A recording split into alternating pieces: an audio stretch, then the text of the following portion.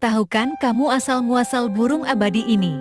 Asal mula Phoenix berasal dari peradaban Mesir kuno, di mana burung ini disebut sebagai Bennu, yang diyakini merupakan reinkarnasi Dewa Matahari ya.